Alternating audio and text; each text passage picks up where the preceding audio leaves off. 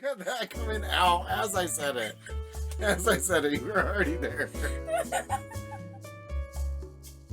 Obviously, you're hitting that on the weekends. That's a very powerful burst damage build.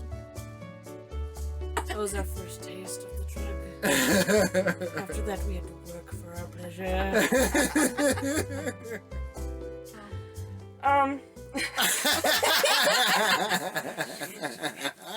Shut up.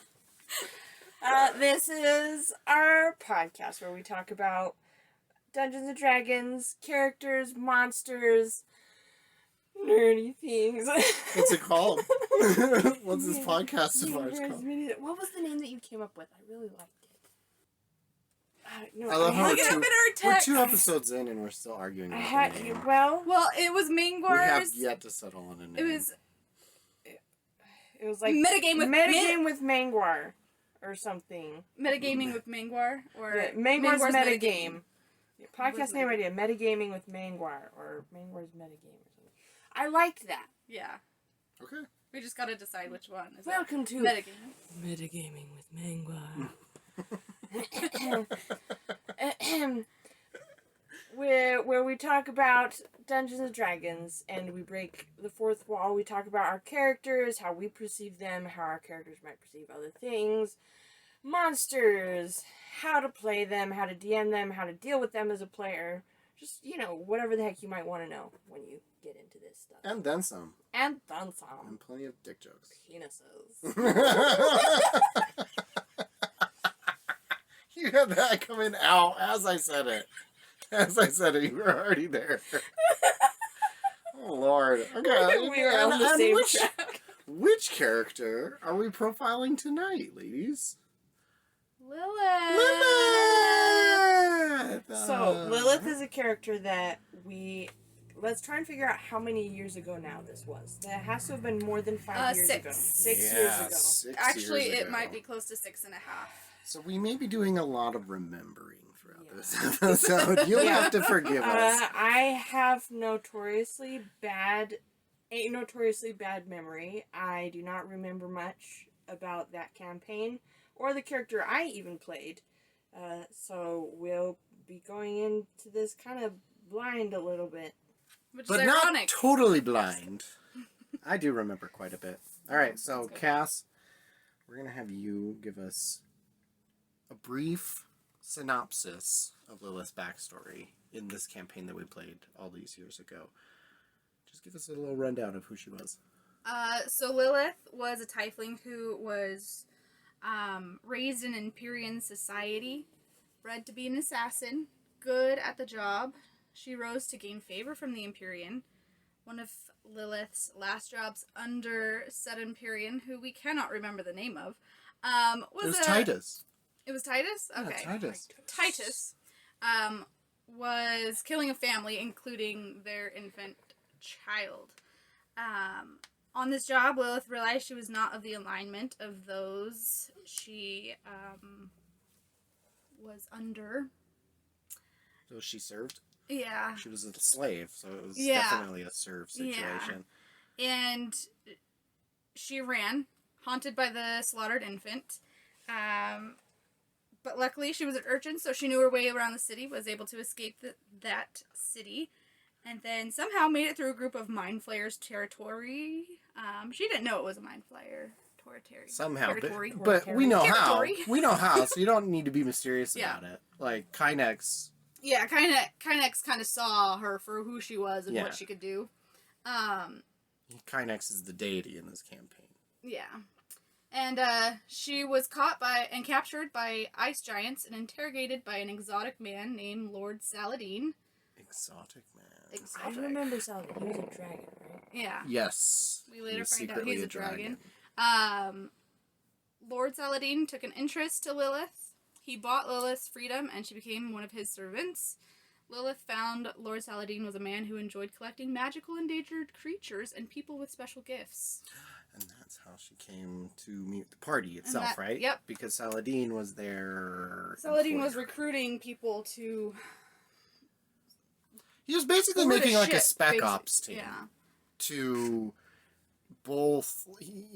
He was a dragon. He was a golden dragon. He was one of Bahamut's canaries, which those of you who are familiar with the deeper Dungeons and Dragons Forgotten Realms lore, I borrowed heavily from that, in that Saladin was Bahamut's canary and he was intervening on behalf of the world. So Saladin was sort of a Gandalf-like figure in this world.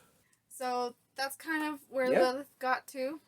Eventually, she started out as a rogue assassin, obviously, but she later... But that Turned into campaign something ran else. for... How long was it? Year? It was a year? About a year and a half. Yeah, I had everything in that campaign. Like, I just went through the monster manual and picked like my 4 favorite monsters and just gave them chunks of the continent, and then just like we're like, okay, guys, go deal with it. Like, there was like 4 different calamity level events happening all at the same time. Yeah. And that was Wow, the first campaign that we all played together. Yes, Yep. yes. I was like, Amanda, you played D&D in college. We are now best friends, Well, and you will be playing in my I Dungeons and Dragons overheard campaign. you guys talking Yeah. about me because you wanted Amy to play. Yeah. Oh, I was looking for anybody to play. Backstory for us, Us as a friend group, Yeah, yeah. we met working together. Well, that's not true. Jarrett and I are married. We were married before we started working together, but then we Yeah. worked But together. I They tried to met trick me. her And into met thinking Amanda we didn't through know each work. other. I know it hit on her. But Yeah. It didn't last very long. Tried to convince people you know I did. It's because I just slapped her butt. Yeah. I'd Anyway. watch him like smack her ass at work, and then he came up to me a couple weeks later and was like, "She's hot. Do you think I should ask her out?" And I was like, "Oh my gosh." I know. I can't help myself. So obviously, you're hitting that on the weekends. On the weekends. Yeah. So anybody who showed a monicum of interest in Dungeons and Dragons, I immediately just swooped on them, and we're like, I think everybody that we knew at that time was put through the Dungeons and Dragons filter. Like, Just about, yeah, if they were cool enough. yeah. So I overheard them talking. I was like, "Oh hey, I've played Dungeons and Dragons before," and it was like an instant shift from Jarrett being like happy and joking about things to be like, "Oh, well, you're coming to our house this weekend." And I was like, "Okay." Yeah, I wasn't screwing around. This is happening. You're gonna This play is it our again. address. I Here's hope- my number. I hope you enjoyed playing it, because you're going to be playing it again very soon. For the next half decade. And that's how we make friends. All right, so going back to Lilith as a character, throughout this year-long campaign, Cass, what would you say were like the key moments that defined her character? Like, what do you remember being the most memorable moments? It doesn't even need to be like character defining necessarily, just like what were the huge moments that you remember from that campaign? I know it was a long time ago, but delve deep into your mind, Padawan. I remember mostly Mind Palace. because she was the first character that I played throughout an entire campaign. The thing that I remember most about Lilith, and one of the more defining moments, was there was a point where the group... Okay, so there was a character named Cornic. He was a young brass dragon. Yes, brass And dragon. he was like Lilith's best friend in Lord Saladin's palace. And they were gone for a while. And while they were gone, they started having doubts about Lord Saladin and his legitimacy or Oh yeah, we goodness. thought he was basically. super sus Yeah, for like a yeah. while. And we came back and we went to go kill him and somebody else killed him. But then Cornic was like super pissed at Lilith because he wasn't around and he grew up so much in that time. And like, I remember that just being heartbreaking for her and me because let's be real, we're the same person. Well, it was one of your first characters. Yeah. That's something that happens with a lot of new players, is we formulate those first characters just Around as us. ourselves, Yeah. because that's the personality we're most familiar with, and so yeah, it hit, It hit hard. It hit hard for some It was so reason. sad. But like, it was also very eye-opening for like You as a player. me as a player playing a character. Like, Mhm. everything you do is going to affect the world. that you're playing in, whether you mean to or not. But yeah, and then just trying to rebuild that relationship with this character. Yeah, that was one of the first times you cried. Yeah. It made you I cry. was so sad about that.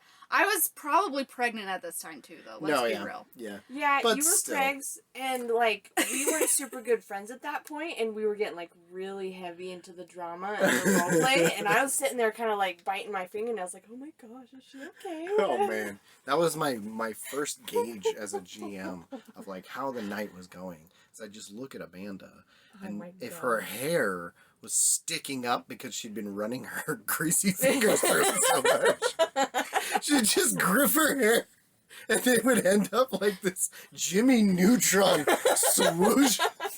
And if I look over there and I got lots of vertical hair, it's like, all right, the game's going really well. Basically, you gauge Amanda's emotions like you would gauge a bird's emotions. Yeah, I'm she the floats. canary. I'm the emotion canary. A lot of floofed hair that night. All right, so what would you say, in your opinion, like her in terms of mechanics? What was her role in the party? What did she do for the party mechanics specifically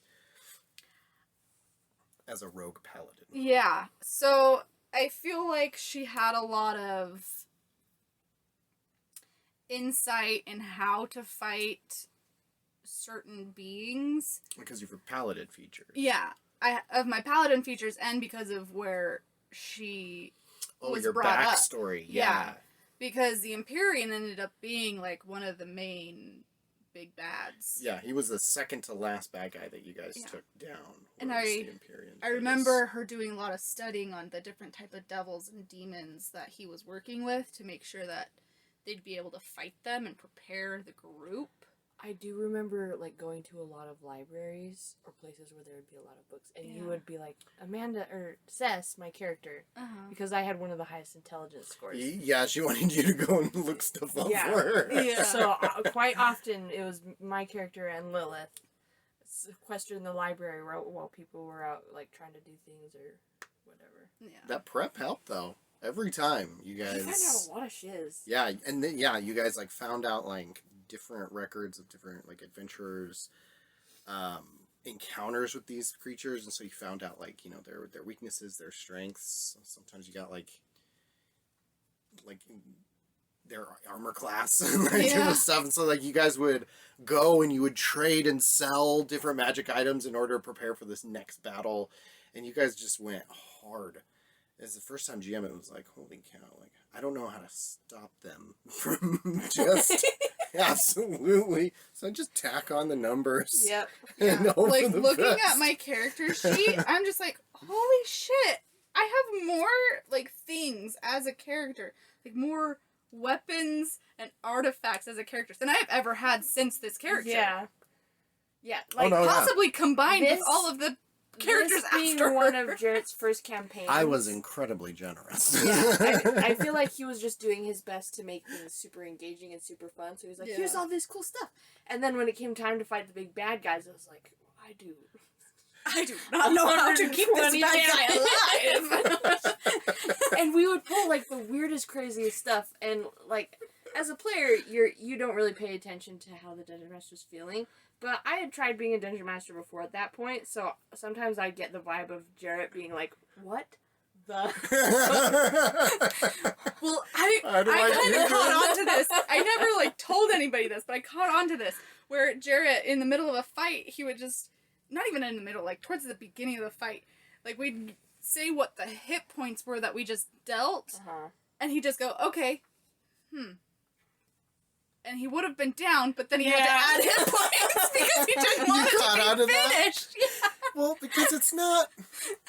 This is straying so far away from Lilith, but let's roll with it, because I think this is still going to be good. Sometimes it's nice to talk about first-time players. As a dungeon master, something that I don't know. It was kind of intuitive, but it was also just sort of an unspoken rule that I had for myself. Was like, the battle's not over until it would be satisfying. Yeah. The battle's not over until it was earned. And sometimes because I had such a hard time saying no to you guys, or just like making it realistically harder to get these freaking magic items, because I liked to see you guys be excited. That was like my whole thing with the dungeon mastering at the beginning. It was just like, I just wanted to facilitate fun, but that's still kind of what it is. But now it's like, no, I'm gonna make you earn it. I'm gonna make you earn it a little bit more. I'm gonna make you, you know, break out of your shell, get creative with it. But then it was just like,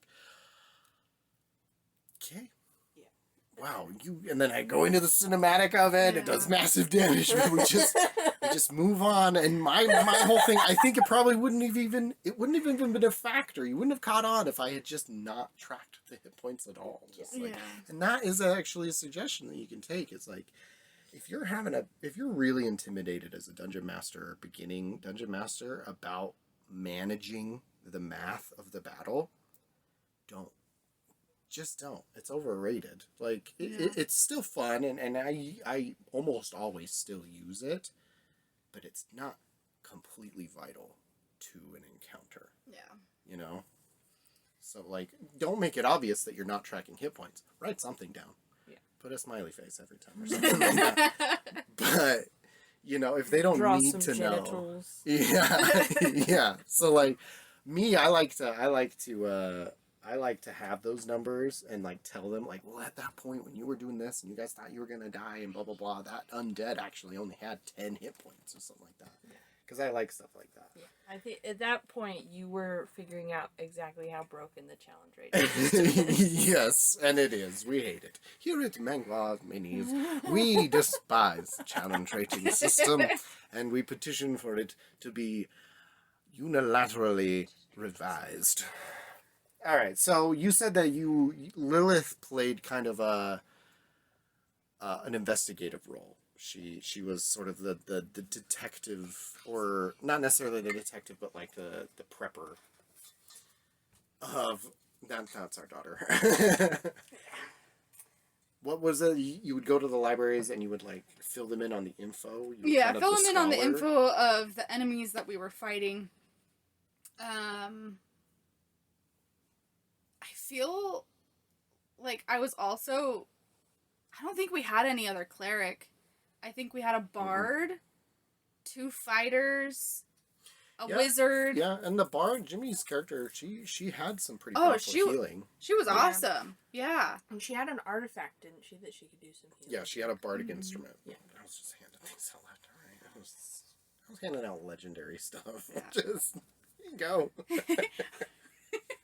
This doesn't mean anything to me yet. Of course you can build an airship. Why not? That allows you to kite and destroy a titan in one fell swoop. I know. Plasma cannon? But sure. I do not regret. It ended up epic. I don't think anyone was I will disappointed. die remembering that.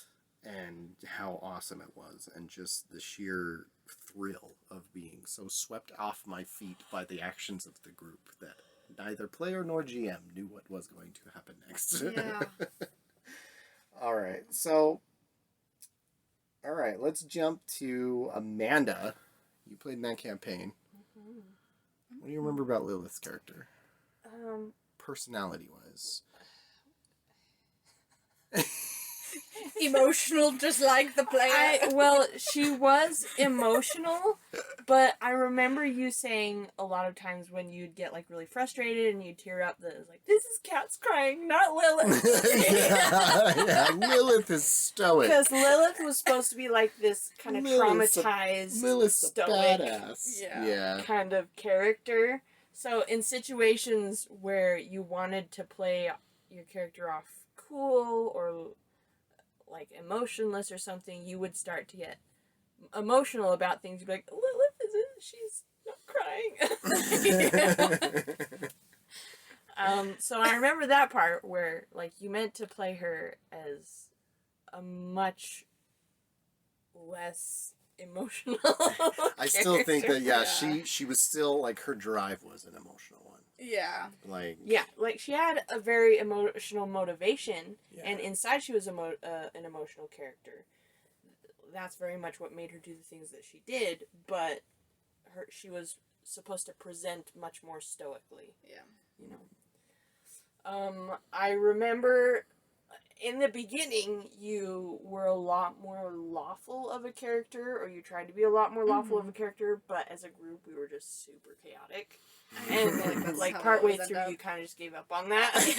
You were sort of a defeated parent. Just that sad, saggy mom at the grocery store with the 8 screaming kids in one cart. Kind of a parent.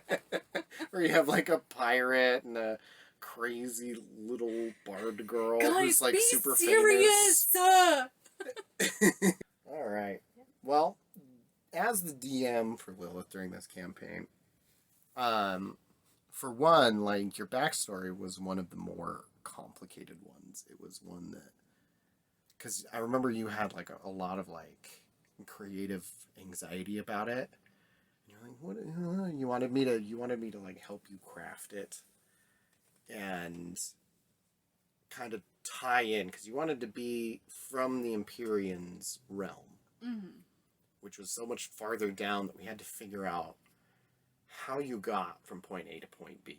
Yeah. And it was really fun fleshing that out, and it gave you a lot of insight and knowledge of like that whole continent, like you said, which put you in sort of a leadership position with the group, being the most experienced. At least when that story arc began, it was a lot easier for me as a GM to sort of slide you into that narrative leadership because it was your story arc at that point. You know what I mean? Then Paladin Rogue is so broken. Like, Yeah. the We burst did not damage. expect that. Like, I started out as a rogue, and I was a rogue until level 10. And then all of a sudden I went into Paladin, and we were just like, oh! Yeah, and so it was almost basically, at the end of the That's- campaign, it was basically split half and half of, like, level 20, 10 levels in each. And it's a very powerful burst damage build. And Paladin does an amazing job of counteracting the weaknesses of the rogue. You know, like the lower HP and the lower armor class. And yeah, so in terms of just sheer damage output, you were a bit of a nasty. But on the flip side, it kind of made it freeing for me, because then I could just throw whatever I wanted at the group, really, and I didn't really need to worry if it was that overpowered, because your stuff combined with their stuff and all the stuns and blah blah blah, it was just like I can throw world enders at these guys just to see, and that was my thing, is I just wanted all the cinematics, and so for me to have fun, Lilith actually facilitated a lot of my fun as the GM, because I got to play with anything I wanted. Bigger baddies. Yeah, like that huge titan that was a wall sleeping, and Yeah. That and was you fun. landed deep in enemy territory by yourself, and it was like, whoa. A lot of us did. Yeah, and so it became like, I don't think, at least from my perspective, I don't think that the challenge of the game was any less for you because you could do a lot of damage. It was just different. Yeah. Because you started to get that pressure, that stress to keep everybody alive. To do damage fast enough to keep the squishies from dying. Definitely. Mostly my character. Everyone else kind of had a somewhat martial class, except for me and the bard. Yeah, you and the bard, but the bard had like all of these like teleportation, misty step, mobility stuff that was even just their spirit guardian, like they worked that so well. That, like, especially because a lot of the stuff we were going up against was fiendish. That radiant damage. Yeah, and I made it so that radiant damage was all double. All fiends were vulnerable to radiant damage in that campaign. Never doing that again. What the heck? Jared, what are you doing? Yeah. What are you doing? Like, it made it They're fun. already strong enough, but you know what? Yeah, you guys, at the end of the day, you guys felt like badasses, and so it was like, there's a bonus to this. I think it all depends on like the group, and I think that some people, you got to know your group and know, like, do they just need to feel like badasses, or do they need to earn it? and sometimes I think I just got lucky. I think for a first campaign, it With was that really first nice to campaign, feel like it was- a badass. Yeah, with the first campaign, it was. To get us hooked. Yeah. That was our first taste of the drug. Yeah. After that, we had to work for our pleasure. Yeah. Oh my god. That was poetic. Thank you. All right. So, Cass, let's get you to give us a basic rundown of Lilith at level 20. She never got to level 20. Oh. She died before this. Right. Lilith Yeah, at level yeah. 16, though, looks Level like a level 16. 20 character, though. I can tell you that Oh right no, now. yeah. I'm pretty sure we probably got a lot of the math wrong on it too. Oh, positive. Going over this, I tried to recreate this character, and I was just like, I don't know how I got here. Yeah. You're like trying to reverse engineer it, and you're like, too many. There's too many points. I'm like, there's way too. Why is my lowest thing at 14, and I have two 20s and. This math does not exist yet. Just to give them. Okay, well let's give the audience an Okay. idea. Those more Yeah. knowledgeable in the game will know how overpowered she was. Absolutely. But you know what? That's okay. That just kind of was the name Just- of the game for that campaign. Just be jealous and shut up. Yeah, be jealous and shut up. Other dungeon masters, don't be pressured to let your player characters, have these kind of stats. Yeah, no, or just Unless you want to throw a Terrask it's at all them, about fine. the fun. It's all about the fun. Go Absolutely. ahead, Cass. So, her strength was a 16, dexterity 20, constitution was 14, intelligence a 17, wisdom 16, charisma 20. Like I said, I don't know what happened. I do remember being gifted. I think you made it to Yeah. 20. I remember Bahamut gifting me more in Oh, some area. I think it was in yeah. my wisdom, but I did can't. utilize the divine blessings. Yeah. Quite a bit. I think like maybe 4 or 5 times. Yeah. So I think part of that was that. Oh lordy. I see I erased my charisma enough times to make it hard to read. Oh. So obviously So I that upped that charisma quite a bit. was that charisma. Oh, that might have actually been from a fight. I think there might have been a fight where your charisma score was affected by like the damage or something like that. Like, or you'd roll a d4 and you just the whole fight. I'm pretty sure there was one of those. Oh, okay. Kind of like a shadow. How a shadow will drain your strength modifier, and if it drops, Okay. or he'll drain your strength score, and if you're I do if it vaguely drops you remember zero, that. you It was like die. something affecting Balthazar or something. Do you want me to go over my saving throws and my skills? Sure. Perfect. So saving throws, this is where it gets interesting. This is wacky. Her strength saving throw was a 3. Her constitution was a 2, and that's as low as it gets by more than double. Okay. Dexterity was a 9, Hmm. intelligence a 7, wisdom a 7, and charisma an 8. Were you proficient in all those things? Because Yeah. Paladin and Rogue. Paladin and Rogue Oh have different yeah, proficiencies. dual classing. Yeah. Yep. And then I've got a lot of bubbled in skills. Also from Rogue, So because you already had a lot of skills Yeah. from Rogue, and then you got even more from Paladin. So, acrobatics, deception, intimidation, persuasion, and stealth, and sleight of hand were all a 10. This isn't seeming that broken, honestly. It doesn't- I don't think that we did For the a math level that 20 wrong. character, For a no. level What made 16. it broken was all the cool shiz we had. Yeah. 16, yeah, all of the things that added onto it. Yeah. And then perception was a 9, history an 8.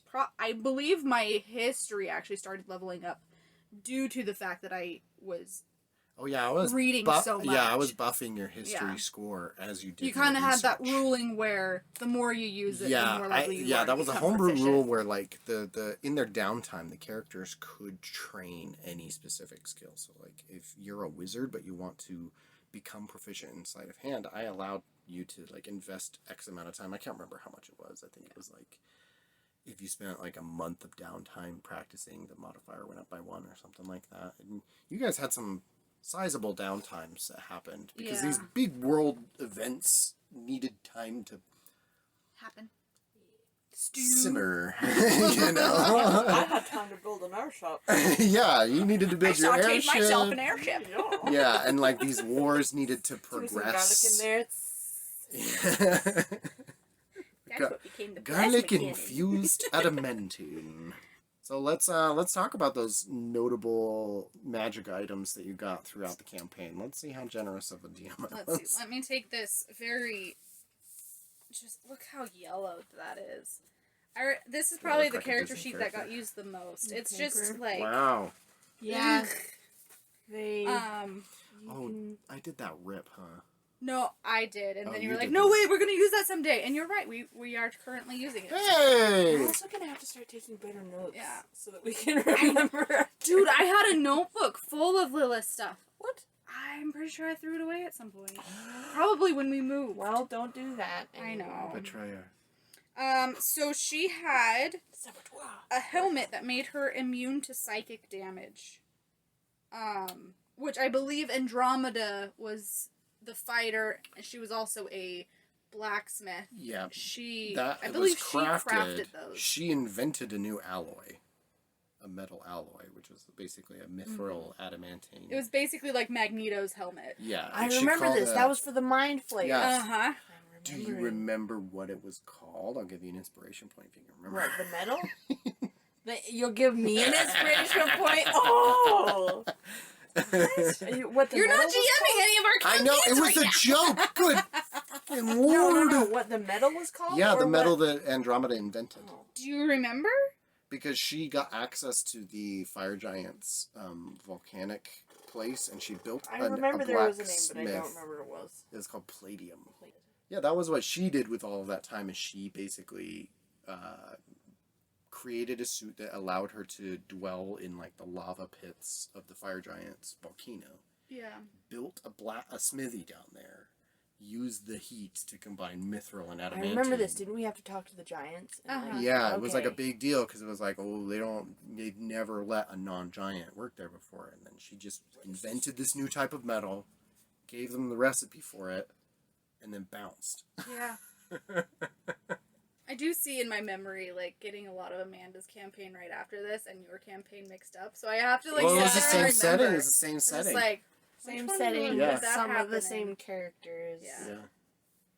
But then I just have to remember, was Vex there or was Lilith there? Yeah. All right. What else? What else magic item wise do we have? I had a helm of telepathy, which I believe me and Andromeda actually shared a couple times, depending on the situation. Yeah. Let's You guys see. got that around the time that you were paranoid about Saladin and you wanted to read his thoughts. and Yeah. stuff. And then I had the Sword of Kynex, which was a 3d8 radiant damage, which she got after speaking to one of his angels. Short phone call. It's like, hey, Yeah. how you doing? Oh, I'm doing good. Not so You short. need a I mean, sword? she had to go to like a dead island in order to get it. But, that's all I'm finding right now. But like, I'm trying to remember it. Like, I remember there being just so much more that we. Oh, I got a horn to summon Bahamut's angels. I believe that was Oh. during Yeah. the war with the Empyrean Mhm. when we overtook a city. I remember that. Did you use it? I don't think we did. don't I think think you we did. didn't end up needing I to. think you guys kept saving it for later. And then, like, the very end of the campaign comes, and you still didn't use it. Yeah. Oh, We man. wanna save That's it. it's a surprisingly common We occurrence. wanted to save it for when we were in dire need. Yeah, but when you we give could 'em just that- kill things You- so you, efficiently. You give them that sort of ace in the hole type of item that has, like, it's like a, expendable sort of resource for them, and you'll find that they don't use it. They just don't. They die with it in their hand. And then the only other thing that I learned is the rogue's best friend. I had a glamour armor, Yeah, especially if you're a rogue paladin. which basically statted like a studded leather, right? Yeah. Well, it's basically, it can be any armor if I remember right. In the player. I or think in it the has. dungeon I think manual. it has No. specific It's not? stats. Yeah, it has specific It does. stats, but it can look like any armor. Yeah. Yeah. I think glamour armor is something you usually go after in like almost every campaign. Yeah, you always want that glamour armor. Well, every rogue. Raikou wanted it. I don't believe Vex ever wanted it, but she was a warlock fighter, which was also a very interesting warlock guild fighter? class. Yeah, but we're not talking about her right now. So, looking through these magic items and stuff like that, like, a lot of it wasn't necessarily stuff that landed in your lap. It was things that you were, like, looking for. Mm-hmm. And so you had the two types of helmets that had very specific functions. What was the Sword of Kynex for? Do you remember? Like, what was Lilith trying to prepare for, exactly, with these items? To take down his son, because the Empyrean ended Kynex's up... son, Yeah. The Empyrean ended up being the fallen son of the god Kynex, Right. who she pledged herself to, is that the right term? She gave an oath to take down his son, basically. Oh, yeah, yeah. To be on his side, because she had a bad experience with him, and Well, you he were a wasn't exactly slave. proud. You were a slave assassin, Yeah. so it was like, Yeah. whatever She he wanted just- you to do, She just knew he was murder. a bad guy, and No, he yeah, couldn't stick around. He was bad news. So it was a lot of just her wanting to go back, get her vengeance on this guy, and Kynex just happened to be there saying, yeah, it's time he dies. So would you say, like, roleplay wise, all of your items were for like specific reasons? Yeah. Like you were prepping for what lay ahead, kind of a thing. Yeah. All right. All right. Well, if you could trade out any of those items for new ones that have come out since that campaign, what would you trade out and for what? I've done a lot of research, aka I looked at it last night.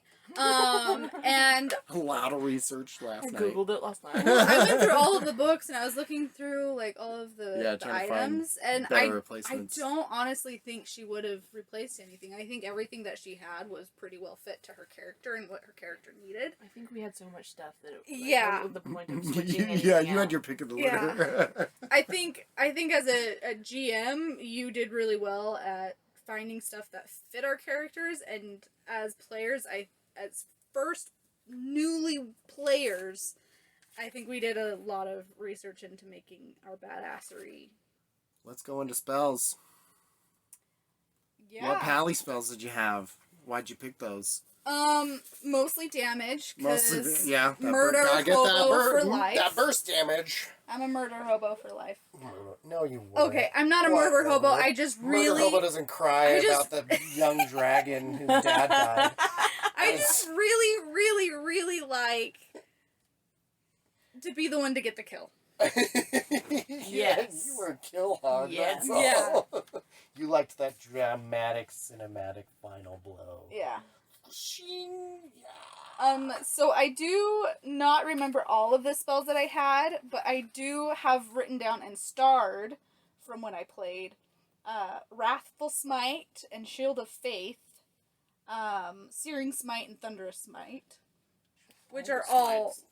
She was smiting. I was sneaky Smiting smiting over all here over the and place. She been Smiting over smiting there. up in here. I was sneak attack smiting people all over the Lilith? place. You been smiting up in here? It smells like smite up in here. What would smite smell like? Better not be Hot smiting. metal? Hot metal, yeah, like a welding shop. Smells like smite up here. Lilith, you're grounded. Give me the smite. Want to smite? Take it outside. I will smite you, woman. No smiting in the house. Alright. So, Oh, sorry. why do you think that that final kill was so appealing to you as a new player? Like, what about that? Because you haven't just- really built the character Yeah. much like that. Do you think that was Since- specific to that character, or just because you were a new player? I think it's a little bit of both. I Okay. think I that think as the as a new assassin, player, Lilith was used to yeah. being the one that slit the Yeah. throats.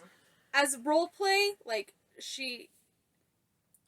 while she was a holy rogue assassin, she was still an assassin, and she was good at what she did, and so she wanted to be the one to. Yeah, correct me if I'm wrong, and this could just be my imagination getting away with me, but I feel like I remember a lot of times you being like, you guys need to stay behind me. Like, in combat, like, you would I don't know if it was put stay yourself behind me. in the central aggravating position. Well, yeah, I had what was it called? Hunter's Mark? Or no, it was no, not Hunter's Mark. That's a not ranger Hunter's spell. Mark. It was Compelled duel. Compelled yeah. duel. Yeah. And so I would take on the biggest baddie and be like, you and me, y'all take on the minions of this guy. Oh, I okay. got this guy. Okay, so Um, it was more like you were like dibs Yeah. on this guy, and less of a stay behind me, I'll protect you Yeah, kind of a But thing. also Like- stay close to me because I had those Right. like,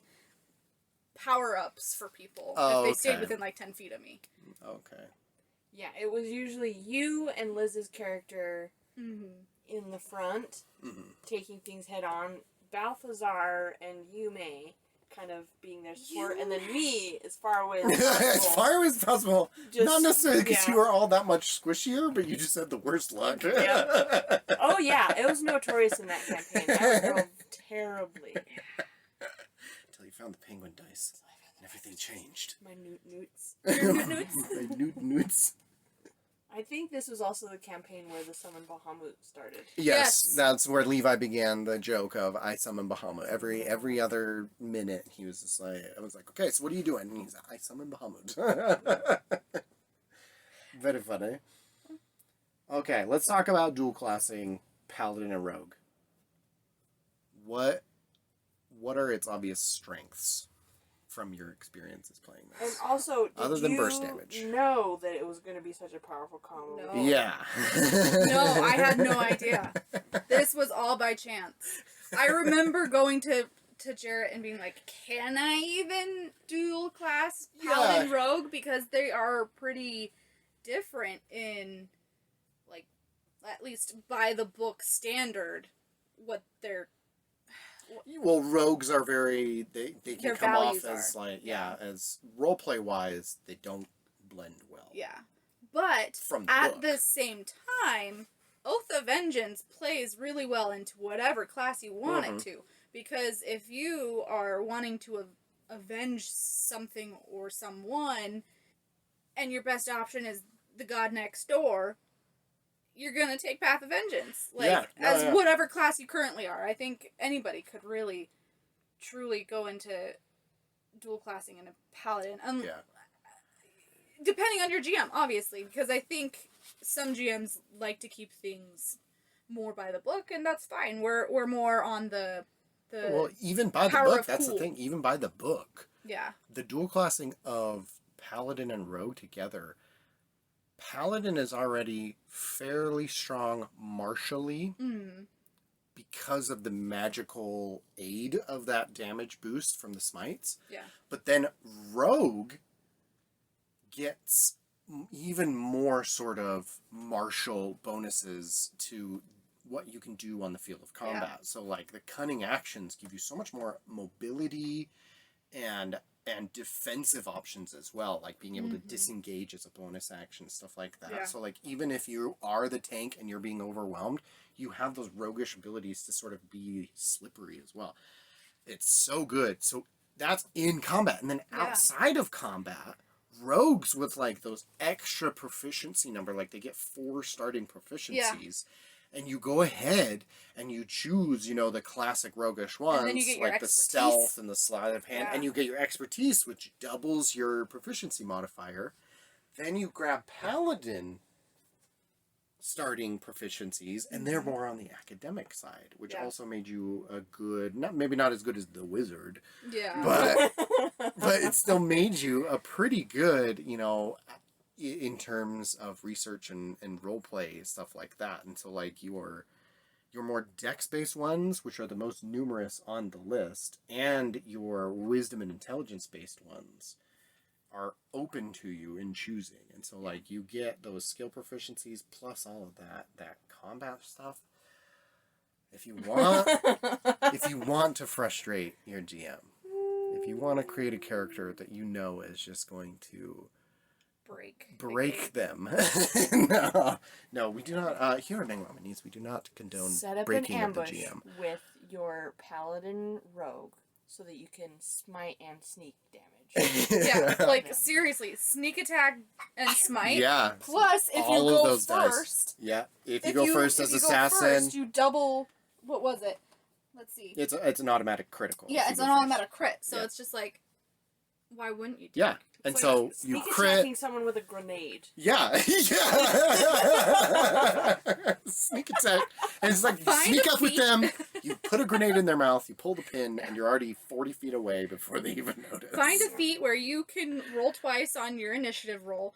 Take the highest one. That way, Now, if here's you a go question. before your enemy, you're always rolling a critical hit and a smite and a sneak attack Didn't- all in the first hit. Here's a question. I might be thinking of a different character, but didn't you have wings as well? No, was a different Lilith character. never had wings. Was that a different character? Yeah. Who had wings? That was, I can't remember her name. She Was was that a Vex? Valkyrie type character.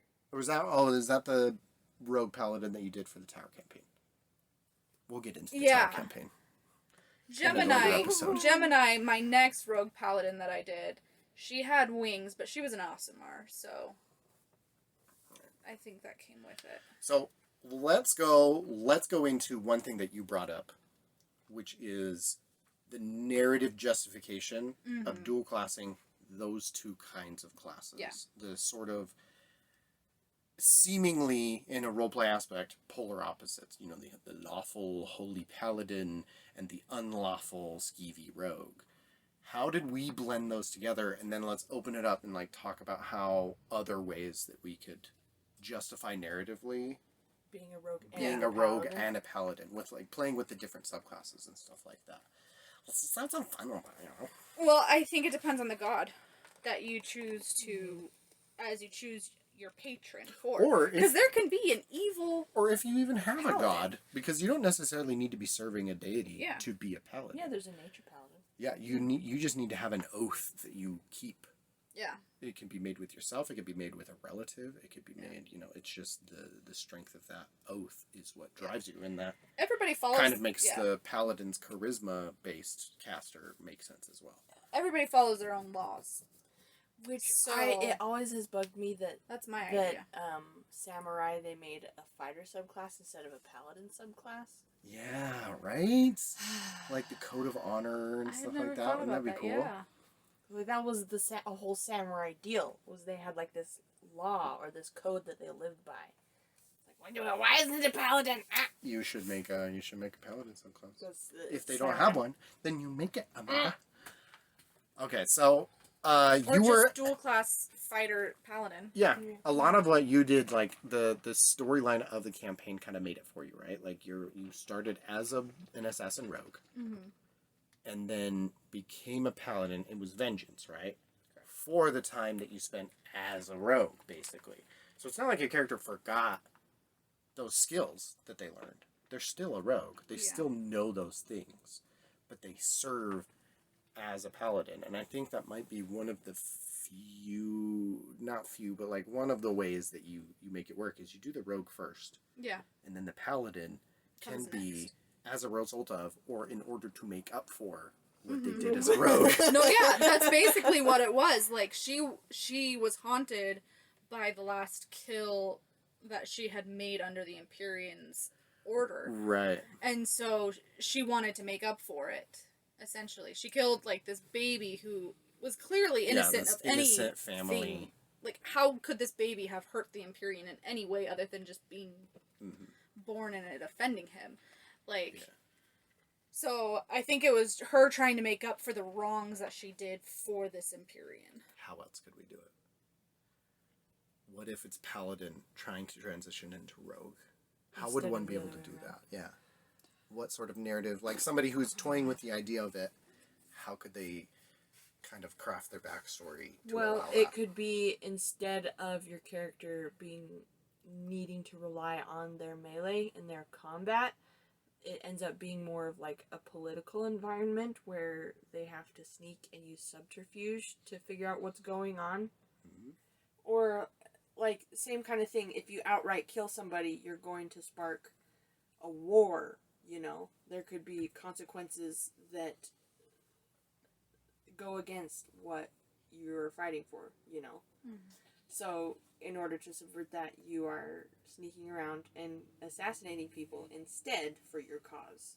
Instead of just outright, like, dueling people in the streets and be like, hi-ya! That could actually work with a conquest paladin, Uh-huh. assassin rogue, where their goal is to start a war. That was kind of like Yeah. Assassin's Creed's whole deal. Yeah, Is that that- it kind of is. Yeah. Redemption paladin could work in a, but Except redemption paladins, mechanically- they're pacifists. yeah, Like, they don't want to fight. I was So- reading that, and I was like, it would be a challenging yeah, character. because You last could night I was do- trying to decide, because I know I took vengeance paladin. I was like, would there have been any other paladin that I could have taken? And I was looking through it, and I'm like, definitely not redemption, because she still wanted to kick some ass. Yeah. Yeah. It's easy to do a murdering in the name of God kind Yeah. of paladin rogue build. Do, like, a Vengeance Paladin, Arya Stark style, where they have a list Ooh. of people that have wronged them, Yeah. you know? hmm Do you really Yeah. like that idea Yeah. now, Cassidy? But at the same time, I feel like Mhm. that's like the conquest type thing. No, but the conquest thing, no. It's not necessarily about vengeance, though. Vengeance Conquest is Paladins about is a about- personal Yeah, wrong. conquest paladin is about controlling people. Oh, Like, okay. conquering, not just lands, but peoples and nations. If you look at the abilities of conquest paladin, it's about control and intimidation. I think I just really like it when people talk about Game of Thrones. Yeah, so like for me, like a conquest paladin assassin dual class is the assassin who walks straight into the room and doesn't try to sneak at all and just kills everybody anyway. You know, like that would be the kind of you kind of still have to lean one way or the other. I'm thinking into either sort of more of an evil side or a good side. Yeah, it depends on if you're trying to make up for something you did, Yeah, because or it's hard to craft a paladin rogue where the rogue is second, where the rogue comes later without going a little bit evil Well, I feel like narratively. the Arya Stark one, like the Vengeance Paladin Rogue, you could get away with being lawful neutral because you're really not playing into whether or not they deserve it or whether or not they had reasons or whether or not they're good or bad. It's just they are connected to this wrong that has happened to me, Yeah. so Right. they will die. you're kind of going based off your own law, yeah, rather no than matter the somebody circumstances. else's. But if you play with the rogue subclasses and you step away from assassin, that's when things get really juicy. Yeah. Like, what if it's a conquest paladin, but they're good, and their rogue subclass is It's mastermind. and Yeah. they're a trainer. They are, a military trainer person. They're a drill That sergeant makes sense. style. I didn't know what think I of mean? that. I was just like, I was so stuck on the assassin, but yeah, you've got a lot Because of the options assassin there. has that super extra burst damage that Yeah. would play so well with the paladins. With the rogue mastermind, they've got a lot of leadership quality Yeah, to it. exactly. And so, let's see, what other rogue subclasses could you play with? Swashbuckler. Yeah. You're like a pirate paladin? Or just, like a swordsman, like a musketeer paladin. Ooh. Wouldn't that be cool? Then you could really That do makes whatever me you think want. of like Pirates of the Caribbean, all of the Well, even just like the main captain in the beginning, he's like so Yeah. full of himself Yeah. with law and order, Uh. and then towards the end, he kind of becomes this pirate himself. That would be a fun thing to play with. Yeah, Sort of a pirate paladin. someone whose law's been broken so many times he doesn't understand why he keeps it himself anymore. Yeah, where it's like the aesthetic is more piratey, Yeah, but mechanically you dip into roguish archetypes Yeah. like swashbuckler, or mastermind, a pirate captain. Yeah. Mastermind. Or, Amanda, correct me if I'm wrong. Blade. Is it Blade Singer? Is that what it's called? No. Rogue on Rogue. Or was that a? Oh no. Marjorie, It was was a she a bard? bard? Okay, just kidding. Yeah, she was a bard. I'm trying to remember all College of the rogue of subclasses that have Swords. come out since Lilith, but There's ways of doing it. Basically, that's our main point. So we have the assassin, which we've gone over. Yeah. Mastermind. There's arcane trickster, which I don't know how well that plays. I just feel like Arcane think that's Trickster what it is is? kind of a I feel like it's gonna be. you You think it's a kinda dumb subclass? I love don't arcane think so. trickster. I don't I've think just so. never been able to understand like how to make that They're the powerful. pickpocket of the rogue subclasses. The thief was the pickpocket of the rogue. Well, I mean, you know what? It's literally a Suck thief. my whatever. Thief is a hard one to play with rogue or with paladin. I feel like narratively, Yeah. it's hard to. You'd have to have. If they had like, Yeah. You wouldn't have. they to have the- trickster cleric. If they had that version for a paladin, maybe you could figure out how to do that. Maybe they serve a trickster god. But here's the thing: if you take Oath of Nature, or what's it called, Nature Oath one. Yeah, I can't. I feel like Nature. nature's kind of chaotic itself. That you Yeah. can really justify pretty That's much kind of the- anything with that. I think, in my opinion, that's kind of the key to being able to mold paladin with any sort of other. Is what Dual subclass did classing? you take? No, it's through gods. Oh yeah. You can craft a god into your backstory, with your GM's permission, or like take one of their gods and formulate around it, and it will excuse you using any sort of paladin subclass for your purposes narratively, along with the roguish archetype that you want. So, like, serving a trickster god is one way of doing whatever sort of paladin subclass, along with the trickery domain or the what is it called? The rogue. Oh my gosh, What? we just said it. The arcane trickster. Arcane trickster. Jeez Louise. I kept thinking trickery domain, and that's cleric, and that's not it. Anyway, the gods can kind of serve as a glue to kind of stick paladin with any other class, really. Piece it together. Yeah. But for me, I like there to be a little bit more meat to it, Yeah. like... I like a little bit more meat. Yeah, a little bit more of the my actual characters, if you know what I mean. personal character motivations rather than, oh, my god is this, so therefore I am this. And it's like, for me personally, when I'm crafting a character, you can do better than that, Yeah. But in terms of, if it's like you're really, really struggling and you just can't stick these two classes together but you really want to play that build, use the gods. It's okay. If it's what you need. You don't have to raw dog it. God. You can come up with your own stuff and ask. You the can dungeon master. lubricate a little. No, I mean you don't have to do Why red did is you say written. raw dog it? Oh my god. Oh, raw as raw. R-E-W. Keep up with the vernacular, Jared. Amanda, you know exactly what you said.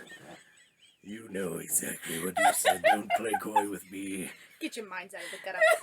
I'm not. We're talking I'm about not. paladins here. Okay, so we've covered assassin, mastermind, arcane trickster. There's the inquisitive. I can't remember what that one. Oh, the Inquisitor? Yeah. I don't remember exactly what their deal is. I figure that's probably similar to mastermind. Let us know in the comments. Yeah, you What's guys an Inquisitor can tell rogue? us. Please everything fill you us know. in. And how do you use it? Because if I remember right, the last time I read about it, it didn't seem that great. And how would you pair it with a paladin? And with what kind of paladin? What's There's subclass? the Phantom Rogue Scout, which I think you could do some stuff with. Oh, Scout Yeah. for sure. Soul Knife. That sounds pretty metal. That must be a new one. I haven't really read up on It's from Tasha's Cauldron. Yeah. So it's one of the newer ones. Swashbuckler, Thief. There's one. It's in the Dark Tides of Bilgewater, which was like a Oh, campaign setting? campaign setting called a Wild Card Rogue. Whoa. That sounds cool. That sounds kind of gambity. Do Yeah. they carry around a deck of many things? Because that might be. No class is might going to give you a be. legendary Well, hold on. item to start. I'll read you the description. I don't know. Rogues of the wild card variety thrive on high stakes and random thrill of the game table. Armed with cunning cheats and no small amount of luck, these sly gamblers live and die by their rules, never keen to simply accept the hand fate deals them. So they are gamble addicts. Dude, Friar Tuck style. Ex-member of the clergy turned gambling addict wildcard rogue who sells mead. Oh my Oh, gosh. that's a good way to think of, like, turning a paladin into a rogue, though. But let's say Friar Tuck was a paladin, and then Robin Hood was slaughtered, and now he needed to take over, something like that. Like, you were friends with a rogue, and the rogue was doing something very necessary for your culture or your community, and you need to take over because nobody else is gonna. That could be a way to turn paladin into rogue. What other characters would we say are paladin rogues other than Arya Stark? I would say Robin Hood. You Robin think Hood Robin Hood's a paladin? Is A rogue ranger, paladin. you dingus. You can be a paladin and have ranged He weapons. is such a Robin Hood. thief. He's like a thief There's with no a paladin purpose. about him. Yes, there is. He's What? serving a purpose. To defend and champion the people of Nottingham. You know what? I think he's just Yeah. straight up rogue. I think Thank you're both you. wrong. But He's not a straight up rogue. He has a sword. He fights Yeah, Basil I Rathbone. think the only difference really is Rapier. defining like the character's In motivations some movies, he has a rapier. and whether or not tying those motivations to the actual class or not. Because you Yeah. could do you could do Robin Hood many different ways. Yeah. You could do a ranger build Robin Hood. You could do a rogue build Robin Hood. You could do a paladin build Robin Hood. But as far as You the could do a character fighter build goes, Robin Hood. I think Yeah. he could be described as a paladin. No, yeah, I think there's plenty of arguments. Yeah, if I'm thinking like the Russell Crowe, What do you Robin guys Hood. think? Let us I'm know in the not comments. thinking of Russell Crowe. I'm thinking of Gene Wilder. and Paladin Basil rogue Rathbone. Robin Hood? You agree? Yes? No? Let us know. Tell Amanda how wrong she is. You know what, Jared? Really give it to her. Oh my gosh. I'm just kidding. Or am Your I? Mom later Oh! tonight. That's inappropriate. My mother listens to this. No, she doesn't. I hope not. All right. Let's move to the actual First curse word and your mother's throwing holy water at you. All right. Well, that is all we got for you for this episode of Metagaming with Mangwar, which is what we're calling it now. Yeah, I like that. We're gonna do like a full rebrand. I'm just kidding. Rebrand? No, No, it- rebrand, but we gotta, that's like, just change. the podcast name. Yeah. Oh, okay, all right. It's Mangwar's Minis. The umbrella is Mangwar's Minis. Oh, got it. But while we're talking, we are metagaming with Mangwar. Metagaming with Mangwa, and you just metagamed with Mangwa, and thank you for joining us. I'll tell all of your friends and your Gosh. mother, and shout out to your pets. I don't think they get a lot of recognition. Tell your mother I'll text her later. Yeah. The cat, Tell your dog that's in familiars the you room love with them. you. Yeah. Yeah. Give appreciation to your summons. I don't know how to end it. We love you here. Give us a like, give us a share, give us a comment. Tell Amanda how she's wrong. Tell me how it's Don't. great. I'm just kidding. Love you. Bye.